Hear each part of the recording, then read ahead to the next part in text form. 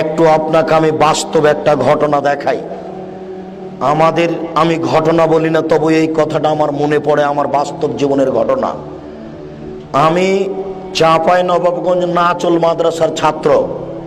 1976 সালে পড়া আমার শুরু। 82 সাল পর্যন্ত ওখানে পড়েছি। 76 সাল থেকে 82 সাল পর্যন্ত মাওলানা শীষ মোহাম্মদ এবং মাওলানা আতাউল্লাহর দুজনের খাবার নিয়ে গেছি দুপুরে। একদিন আমি সন্ধ্যায় কেন আছি মাদ্রাসায়, মাদ্রাসার মুখের উপরে ট্রেন স্টেশন।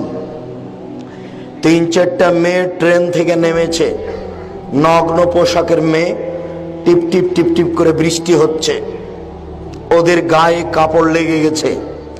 মাওলানা শীষ মোহাম্মদ অজু করে দাঁড়াচ্ছিলেন, এই সময়ে তারা বারান্দায় এসে উঠেছে। তিনি বারান্দায় অজু করছিলেন, আমি পাশে দাঁড়িয়েছিলাম।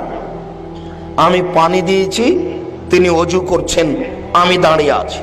ইতিমধ্যে মেয়েগুলি বারান্দায় এসে উঠেছে।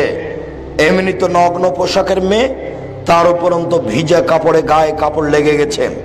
তিনি উঠতেই তার চোখে পড়েছে।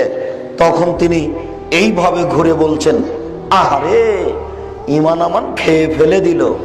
তার ভাষাটা আমি নকল করলাম, আহারে ইমান আমান খেয়ে ফেলে দিল। এই কথা বলে তিনি ঘুরে দাঁড়িয়ে ঘরে ঢুকলেন। ইনি মারা যাওয়ার পরে তার কবরটা বন্যায় ডুবে গেছিল। 6 মাস পরে লাশটা পানির উপরে ভেসে উঠেছিল। একবারে মনে হচ্ছে যে টাটকা তাজা মানুষ। পানি শেষ হয়ে গেলে ছেলেরা আবার সরাসরি লাশটা কবরে গিয়েই পড়ে, ছেলেরা আবার মাটি দিয়ে চাপা দিয়ে দেয়। আমি আপনাকে আমার জীবনের একটা বাস্তব ঘটনা নকল করলাম। আমি স্থির দাঁড়িয়ে আছি, এটা আমার চোখের সামনের ঘটনা নকল করছি।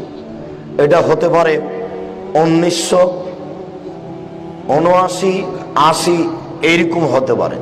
1980 সালের দিকে এই ঘটনা হতে পারে আমার চোখের সামনে।